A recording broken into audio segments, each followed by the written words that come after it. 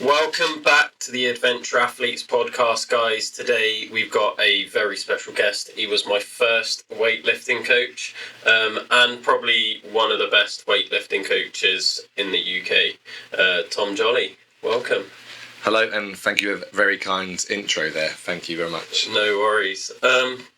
So give us a bit of a background about yourself, Tom. Tell us what you do. Okay, I'm level 40, which is 40 years old to you youngsters. I've been coaching for 20 years, began as a fitness instructor, worked my way through personal training, and then realised I wanted to specialise in something and end up being weightlifting. I just like the challenge of the sport. I liked the technicality of it. I like the fact that when I first tried it, I was pretty crap as well. It made me think I need to go and do this. Got very interested in it, took some qualifications, started coaching. I've been very lucky enough to meet and work with some great coaches, and here I am now about to open up my own club. So yeah, very exciting. Do you want to give a shout out to your club? Yeah, Club 6for6 Weightlifting. We're about to open up in Cardiff and Fairwater. Yeah, very exciting times. Really looking forward to it. So, and the next step, the next adventure. Yeah, I really like the name 6for6. Do you want to give us a bit of a play on the name? Explain what it means for those that don't do weightlifting. For those that don't do weightlifting, we get 3 opportunities at snatch, 3 opportunities at clean and jerk, and going 6, 4, 6, completing all your lifts is a very positive thing. So yes, just named it after that. Yeah, it just sounded good and it looked good on paper. So, and to be honest with you, I was struggling for a name. I came out of all sorts of weird and wonderful names. At one point, I believe the word tan, T-A-N, in Welsh is fire. So I was playing on some Welsh words and bits and bobs. And the main thing I thought was, if we compete in England, no one's going to understand what on earth or how to pronounce it. So I was like, okay, let's go for something a bit more basic. So yeah. Nice. And you're from England. Do you still live in England? I still live in England until the end of this month, and I'm now moving to Rada. Again, I'm learning these things. I'm just about learning how to pronounce 2 L's in the same sentence. But so by the end of this month, I'll be in Rada, and looking forward to, again, a new adventure, a new place to live, and just... Yeah, I suppose just less travel is always quite nice, isn't it? On average, I'm doing 3 hours a day, so it would be very nice to reduce that. So, yeah. Oh, wicked. Glad to hear that you're moving down. Yeah. So yeah, it'll be nice.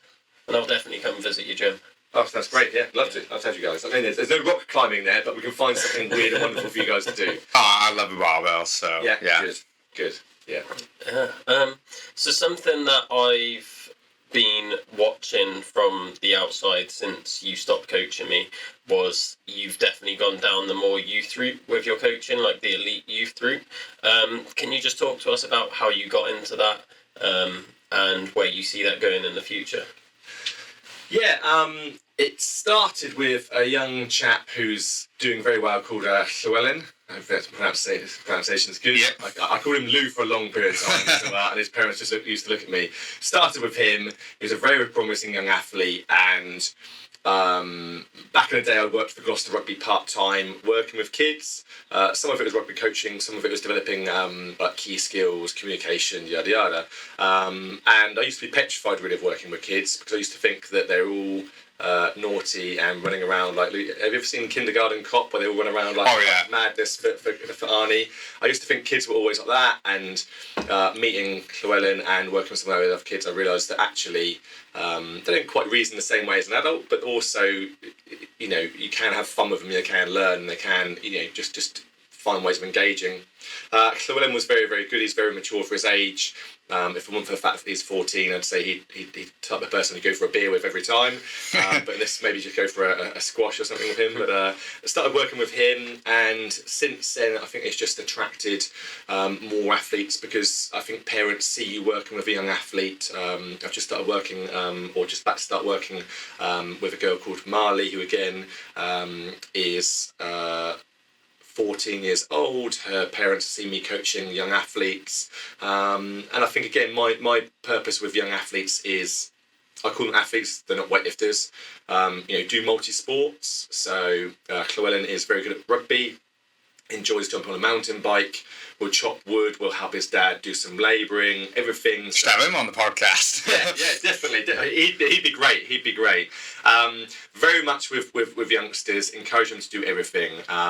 If we look at some of the top level athletes, I don't know how accurate this is. I've had a look on Wikipedia, but I knew things like Chris Murray hadn't been weightlifting from the age of nothing. He was a rugby player. He got injured. Yep. He started doing strength training and has now got a Commonwealth gold medal, for example. Emily Campbell, from my understanding, had an athletics background, now has a Olympic silver medal. I believe Sarah Davies got into weightlifting at the age of 19. I don't think with a huge specific background in the past. So I think it's good to have those kids, lots of different experiences, team sports, individual sports, and you find what you enjoy doing, doesn't it? You guys haven't been barefoot running and walking, and you haven't been yoke carrying, and you haven't been doing this since you were 10. No. It's a new adventure. If we can do that in careers, why can't we do that in sports? So that's a big push for me, is to make sure that the kids are doing things they enjoy, because all I'm trying to do is make them more athletic, and if they choose to focus on weightlifting at some point in time, then great. And Dave Jones, who coaches up at, in Bangor at Brailsford Leisure Centre or Sports Centre, had a great conversation with him in the past, because his daughter's Catherine, represents Great Britain, represents Wales, multiple records, and he was just saying that she started in gymnastics, did some weightlifting, and one day, I want to say maybe the age of 15, she just said to him, actually, Dad, I want to focus on just weightlifting. So allow kids to make their own choices, because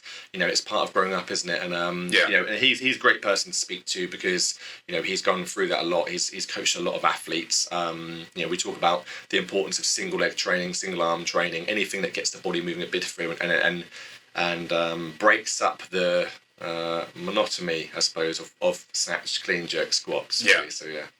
Yeah. How does your approach change between youth athletes and adults in that sense then? With youth athletes, again, I'm just a lot more focused on what I tend to find is they will come to you and say, I want to be an Olympian. I've seen so-and-so. I want to be Commonwealth Games. I would never deter anyone from their dreams. Absolutely not. Yeah. Also, I take everything with a pinch of salt. I speak to Llewellyn's parents about the fact that he's 14 years old. He's looking like he could have a great future for him in rugby, in weightlifting, but he's also good at rugby. And he's also going to be more interested in girls and alcohol and potentially going off to university. So I put 100% effort into it, but I'm also mindful that they may go off and do other stuff, and you can't take it personally. You just have to go, okay, brilliant, follow that. So very, very open-minded with kids. I try and make sure there's a nice bit of variety in there. A heavy amount of general strength training, because typically I haven't been exposed much to that, and that falls in line also with an adult beginner. So I coach one girl called Frankie. Her background is non-strength specific, so she loves doing snatch and clean jerk, but we also have to be mindful of a certain amount of that is good, and then you go over that point where you go, her body's just not strong enough to take it. So lots of general strength stuff, and Llewellyn might do, one or two Olympic movements, let's just say, for example, overhead squat and some snatch, and then he might go on to do 3 accessory exercises, some single leg stuff. He's doing some suitcase deadlifts, single arm pressing, lots of things to try and make sure his body is challenged in different ways and not just given snatch and clean jerks. So, yeah. Nice. So earlier you were saying about with kids, and not just kids, but young adults when they first come to you, and they've got a sort of non-specific background, and how it's actually more, and the athletes you named off as well, how it's potentially more beneficial to actually have that diversity younger. And I've got a couple of friends that when they get into sports, they say things like, oh, well, if I started it when I was 10, then I'd be good at it and I could do it. But because I'm so-and-so, I can't do it now. I hear with surfing quite a lot in particular. Yeah. So I just wanted to hear your thoughts on that. Yeah, again, Ask Emily Campbell. Yeah. You know, she's our most successful weightlifter, I want to say, potentially ever. Don't quote me on that, please. But yeah, from my understanding, she came from an athletics background. I don't know how good she was at athletics, but I don't think she won anything major. I'm assuming it was probably like a throwing sport from memory. And again, she's been to Olympics. She's, I'm guessing, again, I should probably know my stats better, but world champs, European champs, stuff like that. So I would just say it's not necessarily a bad thing. And there's an argument to say, yes, people will always quote China or something like that, where there's kids are taught from a young age. Yeah. We also have to bear in mind, we've got an amazing luxury in the UK, and that is if you want to take up a new sport tomorrow, you could probably find 200 sports within 20 miles. We're talking ultimate frisbee, American football, volleyball. I'm going mainstream already, but like table tennis. There is so many sports and clubs, and we are very, very lucky in this country to have that. For you guys, climbing and bouldering, I'm guessing there's opportunities here then everywhere for you guys to do it. Yeah, exactly. And I think we're very, very lucky. And when people sit there and quote, oh, in China, but in China they have less opportunity. I want to say it's is it a chap called Nathan Stockley, who was a physiotherapist for Team China weightlifting for 3 years, leading into, I believe it's the last Olympic Games. And I sat on a British weightlifting seminar with him, and he was just saying how, you know how we have counties, they have the same type of thing. Every single school has a weightlifting club there. Yeah. In short, they have about 350 weightlifting clubs within a very small area, and we have maybe 350 in the whole of the UK. So you know, it's a numbers thing. So touching back on to your youth athletes earlier on, I think only coach out there will say under 16s you might need 50 of them, and by the time they become under 18s you might have 30, and by the time they're early 20s 10 of those might still be around. So I don't want to call it a numbers game, but it's definitely a case of like introducing youth athletes to that strength training is really important. But going back to your original question, I think like having a mixed background in sports is not necessarily a bad thing, because you know, I've done some mountain biking in the past and taken part in events, and that's taught me as much as football and rugby and weightlifting. You know, it's a chance to challenge yourself and get to know yourself a bit better. And you know, any sport. Again, Chris Murray, I don't know how serious his injury was, but had to go through a phase of clearly loved playing rugby, was no longer able to do that, had to rehab, and found another sport he loved, and he's become extremely successful in it. So, you know, one thing can lead to another, and that period of injury can also help build you physically and mentally. Do you think it's almost like having that period where you kind of dabble and play more is almost like with a musician who just learns to play guitar versus a musician who learns to play 5 instruments and now understands how to play instruments essentially versus just play the guitar? That's an excellent analogy. Yeah, I completely agree. I think play is very important. As adults, you know, let's just say as children we have this much play, and as adults it narrows itself down. But that's an excellent analogy. I think having that play, having that chance to express yourself in different ways. One chap, Luke, that I coach, he's 17 years old, and currently I think he's ranked number 1 as a 17-year-old in the UK. But his parents openly say they introduced him to every sport they could think of, combat sports, like tennis, rugby, you name it, and it ended up being CrossFit that ticked his box. Yeah. So I do think that chance to play and be exposed to loads of stuff. I was very lucky as a kid. You know, I played snooker, darts, everything a little bit, and I'm by no means a great athlete, but I feel like I've experienced life as well, isn't it? So but yeah, I think it's a great way of putting it. Play is really important. Being exposed to lots of stuff is important, and allowing people to make their own decisions. I'm sure there'll be coaches out there that would say, if you want a world champion, that's not the way to do it. Yeah. Again, we come back to Emily. I don't know. I think it's horses for courses. I think if you're a talented athlete and you work hard, you can achieve a lot of things in different sports. But I just don't like the idea of saying to anyone of any age, you need to just focus on this one thing. If an athlete says to me, Tom, I really want to get good weightlifting, but I love swimming, there's going to be some sort of way of managing that, because swimming may well be their way of mental health, helping themselves, or a different release, or just a habit they've done for years and years. So I think it's important to try and make sure you can do a bit of everything in your training, much like I really enjoy weightlifting training, but I also enjoy mountain biking, and weightlifting training is great for mountain biking, and mountain biking is not so good for weight training. So just find the balance in there. So that's something I definitely struggle with being a gymnastics coach, because it's a very early specialisation sport. So we have to get kids in. Like, I coach 4-year-olds in a squad, and I'm getting them down the route of, this is discipline, this is like what we do to get good at this sport. And then over time that will like whittle down to like the ones that are obsessed with gymnastics. But then I also think, what are they going to do after gymnastics? Because it's such an early specialisation, by the time they're like in their mid-20s, even if they've had a successful gymnastics career, it's like, where does it go from there? Because you're out of the sport then. Yes, that's a perfect example. I feel like gymnastics and swimming are two of the sports where, from my experience in the UK, they do get pushed at a young age. One of my friends, she used to be into swimming. I believe she's represented Wales at a young age. But again, she was very much in the pool in the morning, in the pool in the evening. It was quite demanding as a sport. But in answer to your question, early 20s, they finished gymnastics.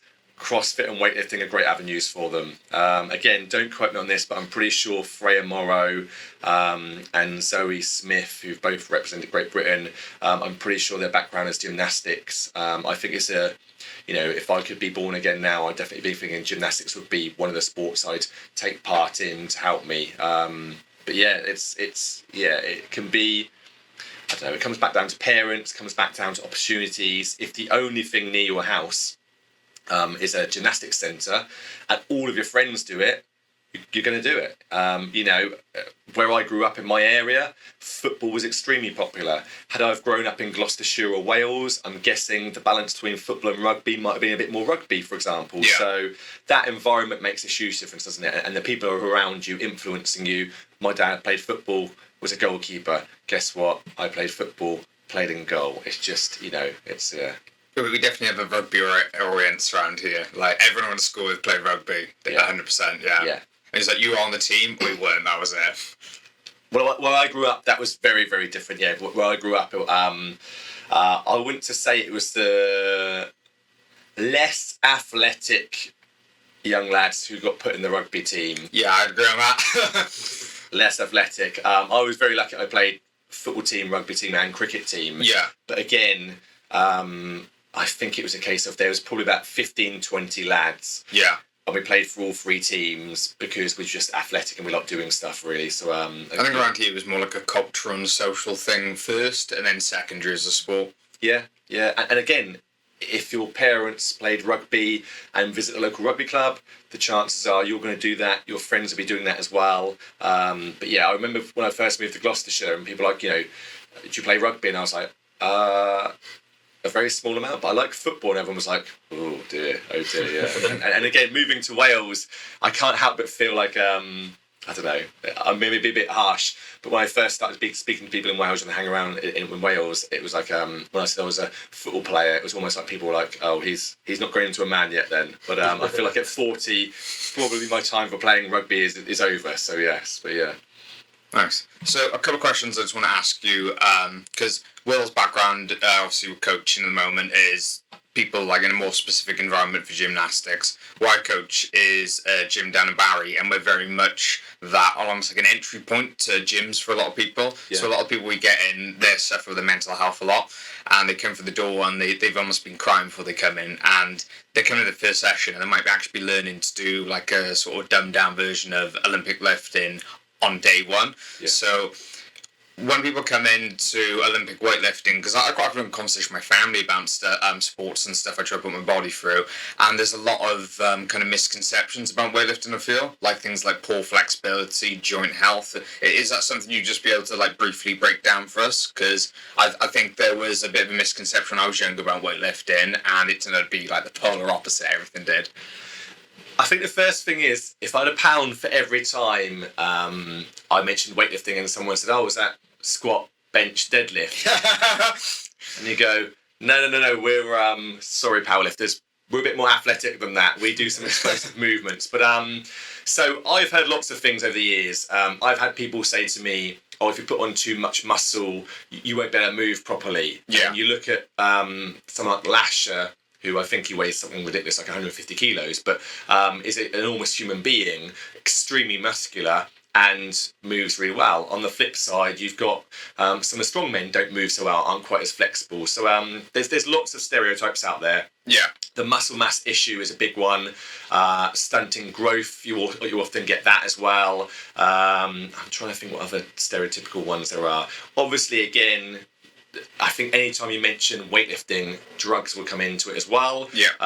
They're all on drugs, and I had a conversation with an athlete about this yesterday, and do I think there are people at elite level sport taking drugs and get away with it? Yes.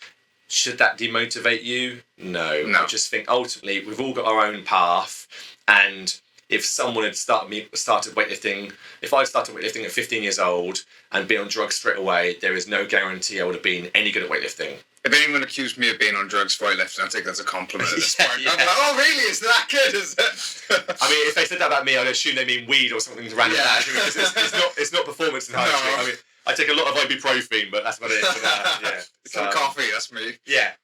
But no, I think in regards to there's lots of stereotypes. I really like the fact that CrossFit's far more popular now. Yeah. And CrossFit Kids is really popular, and it's encouraging more people to pick up a barbell and do something that, we went through a phase. I don't have an idea of when this was, but we went through a phase where everyone wanted to use machines. Yeah. And an empty barbell was almost seen like that's some sort of spit and sawdust gym. You kind of sit there going, well, actually, it's just allowing your body to move in the most natural ways it moves. Yeah. And then you can assess that and make changes if needed. But I think there's a lot of bad press, but I think it's got better over the years. More high-level athletes doing strength conditioning and doing it properly. It's back in the day, the idea of a golfer doing a squat or strength training was like, we're golfers, doesn't happen. And now every single golfer's got some sort of S&C coach out there. So I think education's been massive for this country in saying that lifting a barbell, what's the other favourite one? If you're a female and you do anything more than a body pump class, you're going to be massive. Yeah. And you sit there going, oh, okay, I've been weightlifting for a long time now. I don't think I'm massive. I'm doing something wrong. So yeah. But hopefully that answers the question. I've mumbled on there.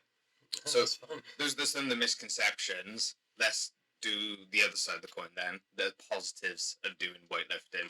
What would be some standout ones for you?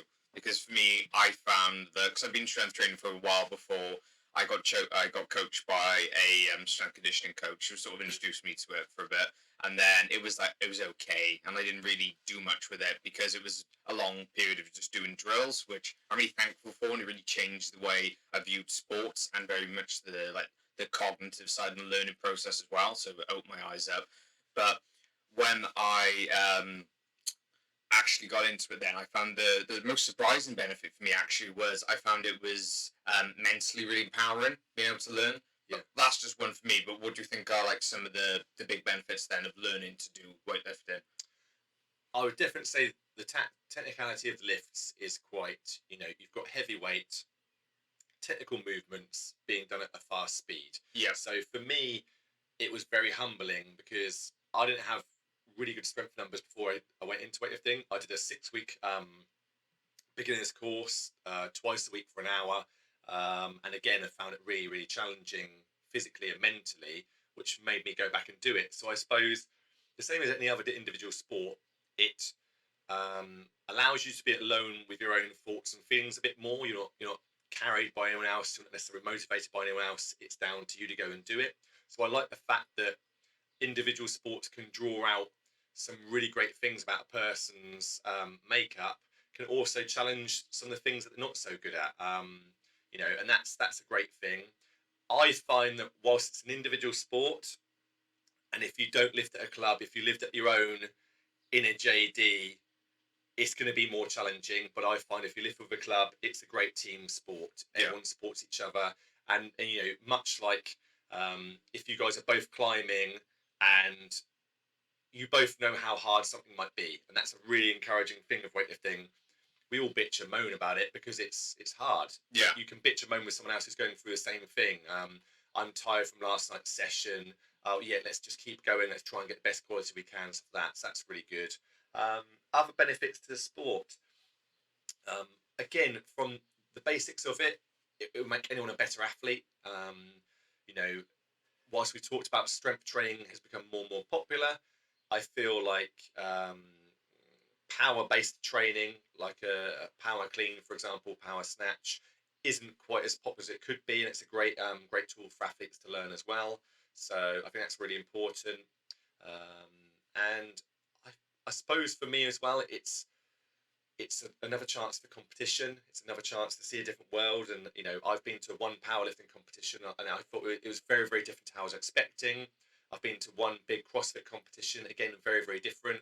So I think it's opening your eyes up to different aspects of life as well. So you know, the chance to compete, the chance to see what it's all about, and to mix with other people. And again, it's not my experience of football and rugby was it was quite like-minded people. Yeah. My experience of weightlifting is not so much. Again, it's an individual sport, and you've got the, I don't know, if we go Hollywood movies, the stereotypical quarterback could be doing weightlifting, as well as the nerdy kid in the corner could be doing weightlifting, and they all come together because they like the same sport and the same challenge. Yeah. And that's what I like about it. It's that inclusion of, I don't know, age, height, weight, whatever it might be. You know, masters lifting is extremely popular now, which I love as well. The idea of people picking up a barbell for the first time at 40 years old, I think is really encouraging because Yeah.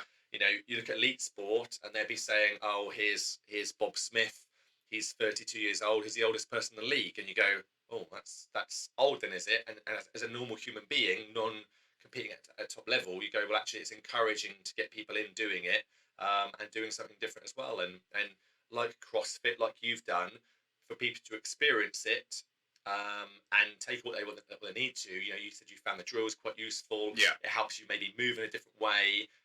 It might have even changed your warm up. You might choose that doing an overhead squat is one of the best ways to warm you up. So it's a lot of it is just about experience, and that's why I say to people, take part in sports, try different things. If someone joins my weightlifting club, I don't say to them, you must be here for years and years and years. I would say to them, be here for as long as it works out for you and as long as you enjoy it. And once you stop enjoying it, find something else that you do enjoy. Yeah. You know, so yeah. These are all things that I found with being your athlete back when I started with you, especially when I started coming to you in person as well, because we started online. Yeah. Over lockdown, and then I started coming to visit you. I was post injury, and a lot of the benefits I found was like I remember my third session, we was in the gym, and you was just like, yeah, let's max out, see how your injury's doing, don't push it too much. Yeah. And I can just remember the atmosphere in the gym where they're like, oh, he's maxing out, like, and everyone's cheering you on. And like I remember like Jordan and Mikey were there. Yeah. And for me, they were like these elusive figures because it was my first time in the gym. I'd listened to the podcast, I'd watched like videos and stuff, and then I'd seen these two Commonwealth athletes in person, and I was like, oh my god, they're in the gym with me, and I was sort of standoffish a bit with them. And then to have them cheering me on, that was like an amazing feeling. That got me hooked. But then like the other benefits I saw other from the community, and I don't know if this is just weightlifting, but I put it down to a lot of your coaching and your philosophy with coaching as well, is I got more explosive for free running. Like I hadn't done any free running for a year because I was injured, and I went back and I was doing jumps bigger than what I'd done previously. So my power had increased massively. My squats increased insanely. I remember I was at a 120 plateau for years, and then I did a bit of strength training before I broke my ankle, and I got it up to like 135, 140. Yeah. And then I came to you, and in a few months I had like a 160 squat. Yeah. And what had taken me so long to build, you had just been like, no, this is how we do it. And you just like adapted my program to fit my needs and what I was looking to do with the sport, because I was competing, but then I was also just doing it for something else to do while I was recovering. But yeah, like those benefits that you took me through, improving my sport, improving my general strength and my mobility as well, that helped massively. Yeah. And then the way you coached me as well was like massive for me. And I've taken what I've learned from you into my coaching as well with like gymnastics, completely different sport, but the Yeah. philosophy you took me through, I've carried on throughout. Sort of on that note, then, could you take us through like a bit of your coaching philosophy and how it's changed over time as well? Because that's something that'll be quite interesting. I've even written a few things down as well. Well, first I guest to love have this. notes. You can tell he's a weightlifter. Just to touch back on your point a minute ago, some of what you gained from the coaching was just exposure to the sport. You know, like we know that you have to be strong to be a weightlifter. We know that you're going to do explosive movements, and there were some elements as well of again, you didn't come into the gym as a big-chested, shouty, screamy. You came into the gym like a bit like, oh shit, like, this is very, very different to what you're used to, and that's just part of coaching. Is just going, you know, like you know, just helping you, encouraging you slowly to be a bit more involved in that atmosphere, and having successful athletes around you is amazing. Having people going, well done, and they're people you've been looking up to is great as well. But I think some of it is some of it is just exposure to the sport, and some of it will just be like, well, actually, how we engage together as well. Me understanding how you operate, and you know, potentially, I don't know, what 20% of the population respond to negative motivation. Yes. I didn't feel like shouting at you, going, you know, well, that was shit. Get on. Stuff like I didn't feel that was the way to go with you. So it was like, I don't know. It was just a bit more softly encouraging you to grow in that environment, because you did look a little bit like rabbit in headlights. So I think like just some of those things are things you learn over time. And had you walked in, you'd be like, yeah, I'm the man, I'm here. You know, coaching would have been a bit more like, well, let's get you out there, let's put you under a bit more pressure. But yeah, I think some of it is that balance between coaching and just exposure to the sport. But I'm glad you enjoyed it. I'm glad you got something out of it as well. So let's have a look. Coaching philosophy. High standards was something that I worked with Justin Holly for a long period of time. I think he's a phenomenal coach, and he was very, very keen on doing the highest of standards throughout anything. It doesn't matter if you're doing a strict press, a snatch, a maximum attempt, whatever it might be, high standards of movements. So again, breaking down a movement, making sure that you're seeing what you want to see, which is a balanced athlete, an athlete who's intending to move, you know, well and purposefully. That's really important. I've also put down here high standards of attitude, high standards of what you might expect from yourself and teammates. I'm quite an airy-fairy person in regards to positive speaking. So if we're meeting up at a gym and the coffee beforehand, you're bitching and moaning about, oh, it's been a hard day at work and stuff like this, I can sit there and talk to you beforehand. That's cool, no problem. But once it's time to start moving some weight, that's when the positive need to come in. So your attitude towards training needs to be, you know, Henry Ford, whether you believe you can or believe you can't, you're right. Yeah. I don't think it's the exact quote, but along those lines. So in my opinion, that has to be the same thing. If you come into the gym thinking this is going to be a rubbish session today, with the chance it's going to be a rubbish session. So I'm quite focused on the positives, try and get yourself up for it, and also understand the impact you have of supporting someone else. So you touched on Jordan and Mikey cheering you on previously. So that's a really important point, isn't it? Because to someone else, you might be the Jordan and Mikey. You know, to someone else, you might be that high-level athlete, that person who's moving really well, or who they're looking at thinking, with the same body weight, with the same age, maybe in a year's time I can lift your numbers. So I think being aware of what you bring to the atmosphere is really important. So your attitude, the way you deal with other people, the standards you expect of yourself and other people is definitely an important point.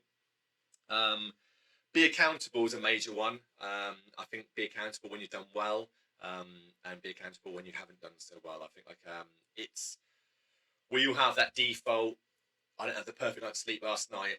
I didn't eat my usual pre-training meal. The traffic was bad. It was an extra 20 minutes.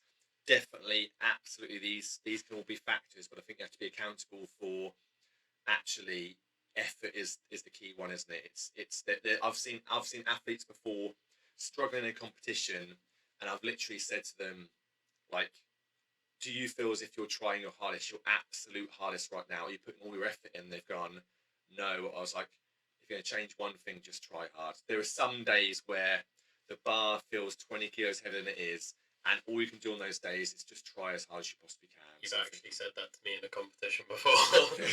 So there we go. So I'm still using the same quotes. But yeah, I think be accountable for your efforts, for your actions. You know, if things go well in an individual sport, that's because of you, because of your hard work. If things don't go well, the chances are it'll be something missing. And I'm not saying that if you underperform in a competition, it's all your fault. But what I am saying is that is there anything you can fine tune, or something might just be a case of you've gone to your first big competition. It's a much bigger platform than you used to. There's 12 people in the group rather than 6, and you felt a bit nervous. There's nothing wrong with that. I'm not saying you're a poor athlete, because I'm just saying that actually, what's the next step you need to take? Do more bigger competitions, and then have it in your mind so that actually the last competition I struggled at, it was a big one. Can I try and do a little bit better from this? So being accountable for your actions and stuff like that. Everyone's entitled to their own journey. I was chatting on the phone to someone about this morning, and I was just saying that it doesn't matter if you're a 3 times a week trainer, a 6 times a week trainer. Everyone's, I'd like to think, trying their best. Your circumstances may change. You moved further away, so you weren't able to come to the club so much. That will have an impact on the atmosphere, because you might be training in a commercial gym on your own more often. So I think understand that everyone's got their own journey, and that journey could be a month in the sport, it could be 10 years in the sport. And I think my philosophy on it is I'm trying to help people do as well as they can in the sport for as long as they want to be in it, and as long as they're trying their hardest. That works well for me. And there's another quote I can't remember who by, but never deter someone who's making slow progress, because it's still progress. And there'll be athletes out there. You talked about your being stuck on a 120 back squat for a while. There'll be athletes out there in every single sport who have plateaued, and all it takes is just working through that difficult period, and you get to the next stage. Your barefoot 50 miler. I'm sure there are points where you thought, I really need to stop now, and then you go, but if I just push through this period, I would get there. Same for yourself, pushing the tire up. What mountain was it? Penavan. Yeah. I say it's a peak, but people say it's a mountain. Okay, so. Okay, yeah. So again, there would have been times where you thought, I'm done now, and it's just like, just keep pushing it, and you'll get there. So I think that focus on the moment-to-momentness of the sport helps with that as well. Because I know a lot we talk about like stepping back and seeing the bigger picture, but in the thick of it, just focusing on that next step. Yeah. I've had it before. I got programmed 10 singles, 85% my snatch. Yeah. And I missed the first single. So the first thing I thought was, I've now got basically I've got to do this 11 times instead of 10. But when I broke it down, I just thought, just make one, and just make another one, and just make another one. That's how when I speak to my athletes about competition, every single athlete will say, I'm open at 90, then I'm going to hit 95, then I'm going to hit 100. On clean jerk, I'm going to open at 115, then I'm going to hit 120, then I'm going to hit 125. And you go, okay, so that's perfectly mapped out. Walk out of snatch, clean jerk, total PB. What happens if you miss your first snatch? Oh, well, so I literally focus on, if 95 or 90 kilos your opening snatch, let's make sure we hit that first. And then we can go from there. So I'm definitely a bit more moment to moment of, let's focus on being here in the now. And once we've achieved that first step, let's look at the next one. Because it might be also a case of, well, actually, if you've done really well in your warm-up, we might open you up a bit heavier than 90 kilos. So yeah. I like that approach of just being a bit more in the moment. And what's that? We've all heard it from an athlete somewhere. Like, I was in a rush. I had McDonald's for breakfast. So that ruined my whole day. I ate Domino's for dinner. And you kind of go, okay, but if you just focus on the moment, that's not an ideal breakfast to have. But it is what it is. I've had some nutrition, and I'm moving on to the next meal. But yeah, some people just look at it too much from a point of view of, or they haven't maybe hit a goal they set themselves in 6 to 8 months. And you sit there talking to them, well, sport is a long-term thing. You could stop now and make no more progress, or we can just keep on going, and the chances are you'll continue to make progress somehow. So definitely focusing on those moments in sports, and also in life. at events and in time. I've got a dog who's crashed out on the floor. I do enjoy taking photos and videos of him, but sometimes when he's doing something absolutely stupid, I just sit and watch him because I'm like, well, actually, if I'm looking at the phone, I'm not really watching it live. So I quite like the idea of just when there is something amazing going on, maybe just focus on that moment a little bit more rather than getting your phone out, because it's just, you feel a bit more in it. Because otherwise, what will happen is I will get the phone out, I'll be watching him or the concert, whatever it might be, through the phone and not looking at the bigger picture. So yeah, I do quite like Reminds it. me of have you seen? It sounds a bit cheesy, but have you seen the Secret Life of Walter Mitty? Yes. Yeah, it's the bit where Sean have you seen it? Yeah. So just people who don't know, Ben Stiller is like a negative developer for Life magazine that was a big photography company. I'm a photographer, by the way, so I love photography. Yeah. Particularly film and sports.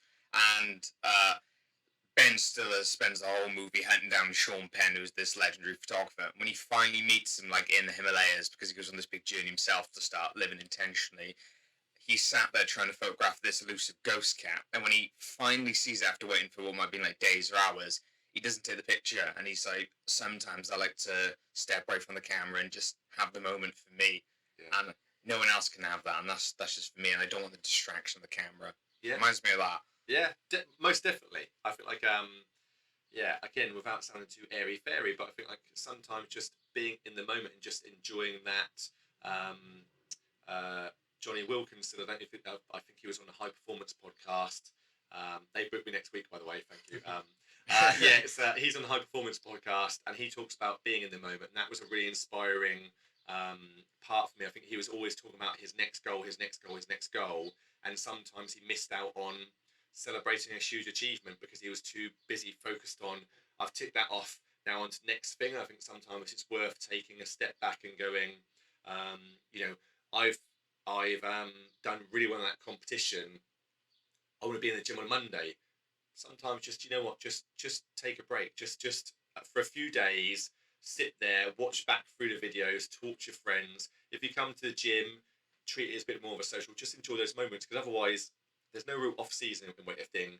So it's very easy to just do 12 months straight, the next 12 months straight, the next 12 months straight, and ask yourself why. And sometimes it's worth just taking a step back and going, do you know what, I really, really enjoyed that for different reasons. And just, yeah, thinking more about the moment you were in. And that time to slow down and reflect after something big like competition is really vital as well. Yeah.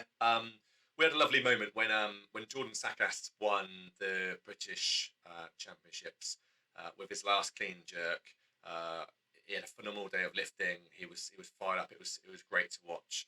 And Joe Walton had also competed in the British as well. And then the following, this is up in Derby, for example. On the Monday evening, myself, Justin, Joe, and Jordan all got together. Had a few beers and had a Chinese in what was the Red Brick back then. And it was one of the most special moments because we stopped and took some time to enjoy what had happened. And that was a really, really wonderful, you know, 4 grown men, had a few beers, crying, hugging each other. It wasn't the whole time, by the way. It was just the moments. It was just really, really nice to stop and do that. And yeah, it was just that was special. I think we just just need to try and do that type of thing more often, because, as you said, take stock of what you've achieved. And it's very easy to go, oh, I PB'd X, Y, and Z. Oh, the next thing, maybe look back and see where you were a year ago and realise the difference you've made and stuff like that. So I think it's important. I know I'm like guilty of that in training. I especially was when I was training with you, and you'd always try and discourage it. I remember after the first competition, I was like, oh, I didn't do well as I wanted. My clean and jerks were rubbish. I'm going to start working on my jerks. And you messaged me being like, oh, what's your plans tomorrow? And I was like, oh, I'm going to the gym, I'm doing jerks. And you was like, don't do that. I did it anyway. Yeah. I went in and I went heavy on clean and jerks. Because I was like, I need to fix my weak points, and I was constantly looking ahead. And it's like, now I did my 50-mile barefoot walk. What did I do the next day, Taylor? Yep, you on bench press. I was benching. I was like, take the day off. I was like, just don't go to work. I was like, just spend some time with your friends and reflect on it. And he put a video up doing bench press, and I was like, no, fair. Yeah, I mean, I'm an active person. I like moving around. Excuse me. And Yeah, like I get that. At the same time, I suppose at least it wasn't. You didn't go out for a run. No. You were laid down doing a bench press. So it might be the same type of thing I might encourage an athlete to do on a deload week. You've peaked for a big competition. Your body's a bit smoked. Well, actually, I've got no problem with you. Swim. Who was I speaking to recently? An athlete called Alicia. And I said to her, she was really tired after a competition.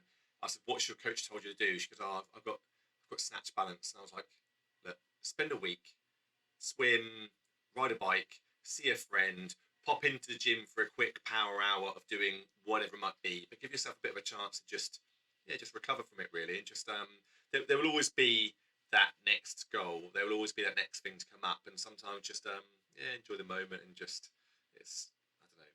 I find for me, when the practices I've kind of, because I like doing a lot of the challenges in summer, just because I like doing them outdoors. I like that unpredictability, and like the good thing is 'cause it's quite warm and sunny. I normally find something I've kind of fallen into a bit is I'll spend time with my family in the morning after the event, and it's normally on a weekend as well, so people are about which I like. But then I tend to go somewhere outdoors, like nature. I might go for a hike, or I might go on the beach and just go alone by myself and have that time to reflect and kind of just be like just feel fulfilled, even if things didn't go as well as I liked, or something went better, or something happened. I can realize what I like more about it then. And for me, it's actually come down to I think like after a bit of reflection, I like the community side of it more, and that like bring people together at the events. Yeah, I think and this is speaking from personal experience. Reflection requires time on your own, alone with your own thoughts, and it's something I'm working on. But I think sometimes that might scare people as well because it's it can be a challenge being alone with your own thoughts. It's not for everyone, and I think like as a society we've become very very busy, and that doesn't always allow you that freedom to go. Actually, I'm proud of myself and and what you've achieved. So I think like that reflection point is people being alone with their own thoughts. I think some people try and avoid that. And yeah.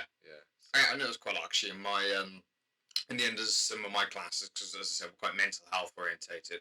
I actually started bringing in some down regulation practice at the end of class, where after we've kind of done a like cool down flow with like a couple of stretches, we might actually end up doing like a little bit like a breathing exercise, so just like some slow control box breathing. And I can see some people just lying down with their eyes closed, breathing and just trying to be there with their thoughts. They get really uncomfortable and they start fidgeting, loading. Some of them that I can see like they're lying when I got to go, I got to rush somewhere.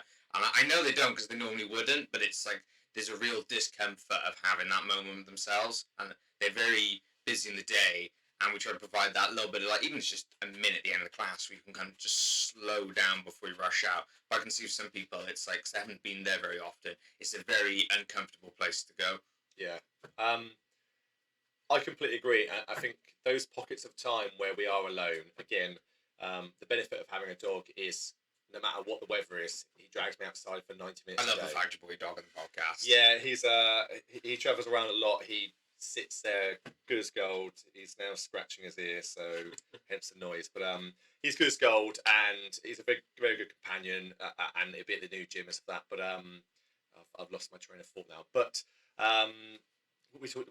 There's moments where you're like alone with yourself, your own thoughts. Yeah.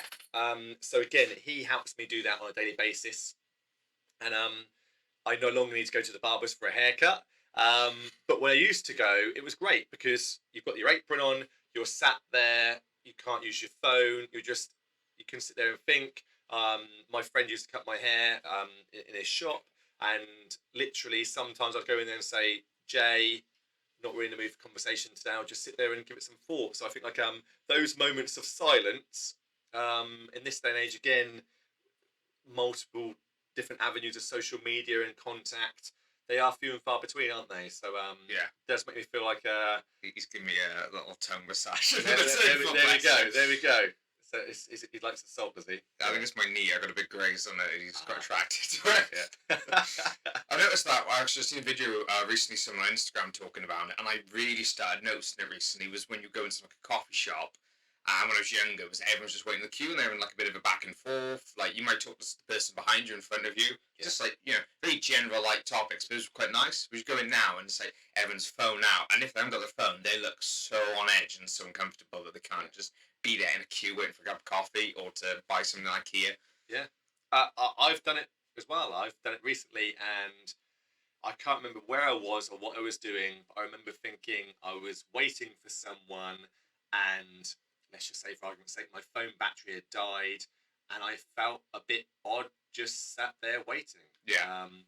I because I have a dog, I find it a bit odd if I go out for a walk without a dog, because I'm a bit like, partly because I want to share the experience. If I'm out walking, it's great to have a dog as well, but I kind of feel like, it's like, I don't know, it's that bit of, I don't know if it's nature or nurture, but it makes me feel a bit like, well, I should be doing something or looking at my phone, or but it is very much head down now, and very much isolation. So when people talk about, I know, going off on a bit of a tangent, but when people talk about like we're changing into a bit more of a lonely nation, I do believe we've got more forms of communication than we ever have in the past, but it's less about connection and more about, I don't know, noise. I suppose it's difficult, isn't it? It's and again, like, multiple reasons why the dog walk is one of my favourite parts of the day. I love seeing him exercise. I love nature. I love the fact of right now in this room, everything's been engineered. That laptop looks lovely and engineered, stuff like this. And in nature, you go out there and go, why is that like that? And why is that that? I love that randomness. But also on a dog walk, I get to chat to random people. And I'm one of those sad people where a cute dog runs past me, I look at it and go, oh, hello, cutie. Stuff like that. It's just like, I'm talking to a dog that has no idea who I am or what I'm saying to it, but I just quite like that randomness of being out and about and having that interaction. So, which probably leads me back to coaching and the importance of it for me, to meet people, to talk, to be able to help people and stuff like that. So, really important. Yeah, I think I feel the same. Though one of the highlights, I say, of my coaching week is obviously just meet new people, having new people come through the door, and then kind of, for us with our clients, a lot of it's almost like a healing journey for them instead of just like, obviously it's for a lot of people when they come for the gym, but ours seems to be when they come through because they're in such a bad place with mental health quite commonly. It seems to be more prevalent at the moment with the clients we're getting in, which I kind of like, because we take people who, as I said, like some of them walk in and they've cried before they come to the gym because they're not nervous, and by the end of it, they've done like the first deadlift, and they've actually stacked a bit of numbers on it as well. Like they've actually made a little bit of progression in the session, and they leave and they're like, wow, I come around last time I had an hour to myself the day that I gave myself. I didn't use my phone, and I did something new and achieved something, and I've met loads of new friends. They love it. I love that process. And that's just helping them be in the moment again, isn't it? Yeah. Your phone is taking you out of that moment. I've completely sabotaged my own training session because I've been I don't know, had something on my mind. I need to get this email sent and stuff like that. And I've started the training session off well. I've done a really good warm up. I'm into my working sets. Or let me just send that email. Before you know it, your rest period has gone from a minute to 2 minutes to 5 minutes. Before you know it, it's not even an email you're sending. You're checking social media. And I'm not in that moment, which I think is really important to do, and just take stock of what you're actually doing. And again, I was chatting to someone this morning. I talked about how, when you drive from one place to another, and then you turn up there and go, how did I even get here? Like, how I don't remember that part of that journey. You're not in the moment, are you? You're thinking about something else. And if you were talking to a new learner driver, you would be 100% encouraging them to be in the moment. If you drive on your mobile phone, you're not concentrating on the moment. So I think those portions of life, however you find it, in your case, it's getting people to come into the gym for an hour to do this. They're actually in that moment. They're actually probably going to feel a bit more alive and a bit more connected with people, because otherwise it's always slightly diluted, isn't it? It's if we were here now, the three of us having a conversation, not on a podcast, and I was checking my phone, that's a very physical way of you guys going, I don't know, let's probably change the subject now because he's not interested, for example. So, yeah. Very interesting. Do you have any other questions, Taylor? Because obviously with adventure athletes, well, not obviously, but this is obviously mean well, we're quite interested in Greek mythology, and kind of that ties a lot to the ancient Olympics. Do you know anything about like the history of weightlifting itself that you could share with us? Because I'd be really interested for that. So, for example, our logo, the AA, which is a mountain, is actually the Spartan Shield Crescent as well. Okay. So that's where the little lines on the bottom. So for me, with my first challenge role in the tire, was that the myth of Sisyphus, and then with the yoke was Milo of Croton, which obviously with Will, then his challenge is like 12 labours of Hercules. So I find that kind of, I love the ancient history of like the Olympians and the ancient like Olympic Games. Was there any sort of stories or anything that you'd be willing to share with us about that? I would love to come up with something really interesting now. But I'm the worst weightlifting geek you can find. Yeah. And when I say the worst, I mean I can talk to you about some GB athletes now who I might watch on social media. I can talk to you about my athletes. I couldn't tell you much about weightlifting outside of what I coach. Yeah. So I'm pretty used to that. I like the idea of Greek mythology, and we'll often watch a film or I just like the stories about it. But when it comes to anything about the history of weightlifting, I am not your man. I couldn't tell you when it was first introduced. I know that at the age of 40, people take a piss and say, do I still do split snatch and do I still do clean and press, which are two movements I used to have? And the answer is no to both of those. But yes, I'm definitely unfortunately your man for any pearls of wisdom from the history of the sport. I'm very much a case of focused on what it is now and what I'm doing with people on a day-to-day basis. Again, I suppose more in the moment and less picture. So yes. And it's quite fascinating that we've got like these lifts that were probably I don't know the history myself. That's why I ask. Cause I was curious to learn.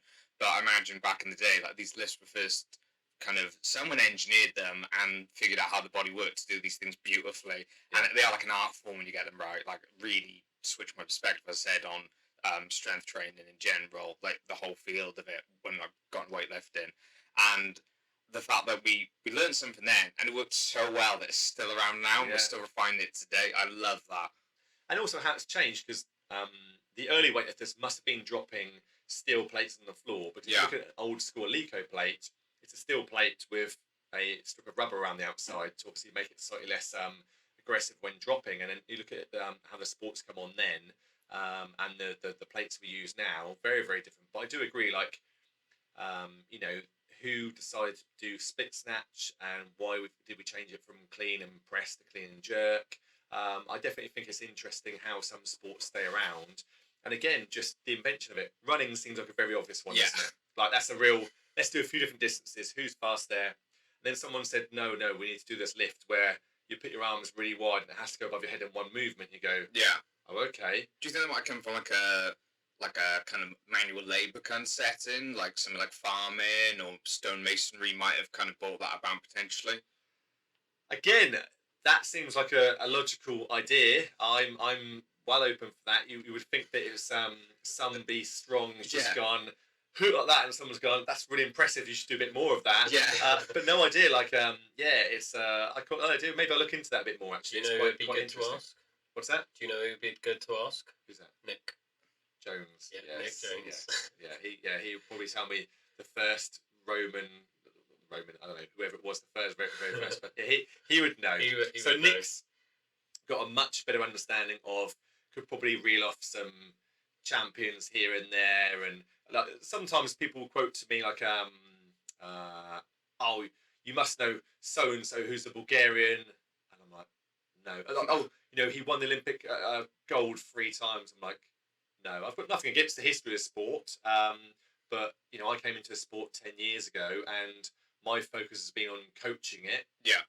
Happy to watch videos and stuff like that. I try and watch as many competitions as I can if it's live stream and stuff like that. But ultimately, my ability to retain information for who this lifter is from which country and how they got on the last competition, I really struggle with. I can't do that either. There's just too many great athletes now as well. Yeah, definitely. Again, for me, it's more. I'm focused on the athletes right in front of me now, and again, some other athletes I'm interested in Great Britain, because some of it is just I feel like the athletes in Great Britain are setting benchmarks for the British athletes. Yeah.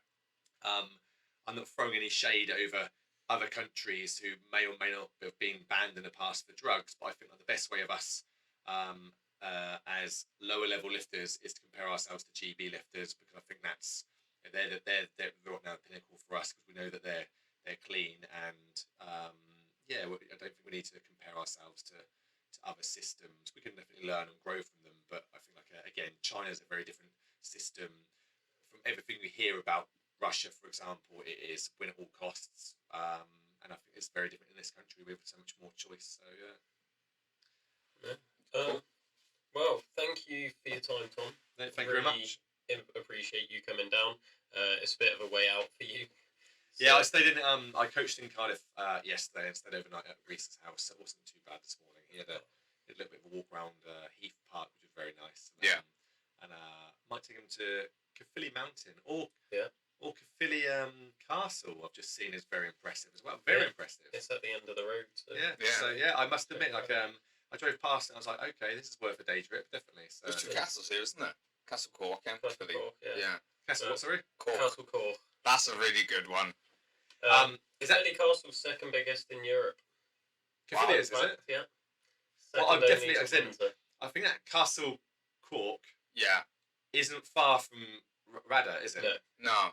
That's what I visited. Someone's recommended me to go there for really good walks and stuff like that. And I honestly thought that I never thought I'd say I'd come to Caerphilly for a day trip, but having seen the castle, I thought to myself, actually, I definitely make note of coming back here and pop into that castle. But actually, again, it's weird, isn't it? That like that medieval era is quite interesting. And the first thing I thought was big castle there, all these shops and modern stuff, and at one point in time, that just would have been Empty land. huts and people living there. Just would have been land, and I've travelled to Bath a few times, and you kind of sit there going, who on earth paved their way through all these ups and downs in Bath and thought it was a good idea? And that must have been a hell of a road trip. I think with the history, that's what interests me more, was kind of the origins of it, not so much like who won here and that, but like almost like what gave the initial philosophy that built what we do today. Yeah. And that's when you take that kind of like step back when you're not in the moment to moment. You kind of, for me, helps me understand that fulfillment reason why I do what I do with other people and for myself as well, and can sit down with people like you guys and talk about it and really get a buzz out of it too. Yeah. Right, so Tom, where can people keep up to date with your antics and your new club? If you go on Instagram, is the main thing I use, which is I believe it's TJ Strength and Conditioning or TJ Strength Coach. TJ Weightlifting Coach. Thank you. That. And also, I believe it's Club 6. You might know this, but Club 6 for 6 Weightlifting. yeah. So I'm not very good with handles. It's on there. If you click on my profile, you'll find that. We'll share it on the Instagram page as well. So. Yeah, that'd be great. That's the best ways to find me. So yes, good. Oh, I think we'll definitely be down soon, won't we? Yeah, that'd be great to see you guys. Definitely. Let us know when it's open. Again, everyone's welcome. It's just if people want to drop in for one session, great. Join in, be part of the atmosphere. If people want to join the club and be there long term, great. But again, it's I've talked a lot about multi-sports, so I don't expect anyone to give up something they love doing to just force themselves to weightlifting. If you're a part-time weightlifter, I'd probably class myself as that these days. Yeah. In fact, in my peak, I was probably part-time. But there we go. Cool. Good. So, summing everything up, make sure you check in on Spotify. This is our 3rd episode with a guest now. So Tom's made the top 3. Yeah. Nice one. Nice. And most of that was just logistics, to be fair. So, yeah, you was available. We got you in. Yeah, great. But yeah, really appreciate your time. Make sure you follow us on Spotify to keep up to date with all of the episodes, and they're coming out on YouTube if all the cameras work, because we've been having some tech issues recently. We have. And obviously, find us in all the usual places: Instagram, YouTube, Facebook. You can find us at The Adventure Athletes. Once you're there, if you can download our free Average to Athlete training program, the best place to go is our link tree, and you will find a link to it there.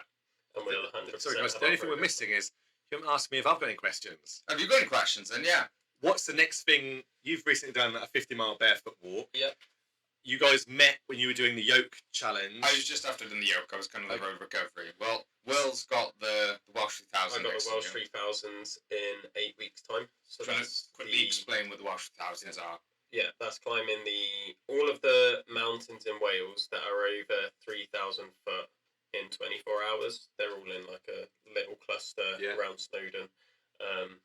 So that's my next thing. I think it's like 30k with some ridiculous elevation. Right. So that's my next thing. Got 8 weeks to train for that, and that's what I mean. I've just finished my 50 miler, and straight away I was like, right, I'm writing a program for Welsh 3000s, and I'll get training tomorrow.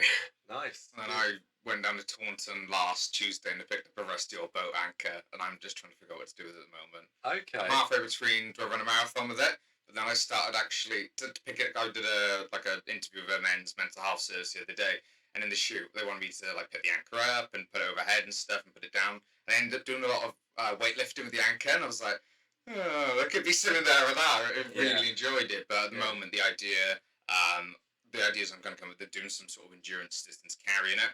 Yeah. A little bit like the yoke, but it's a lot more awkward, and I have to pick it up every time, and I have to clean every time I pick it up, which I love. Yeah. I'm getting some Ross Edgley vibes from this. Same height, same sort of build. Definitely inspires me a lot. Yeah.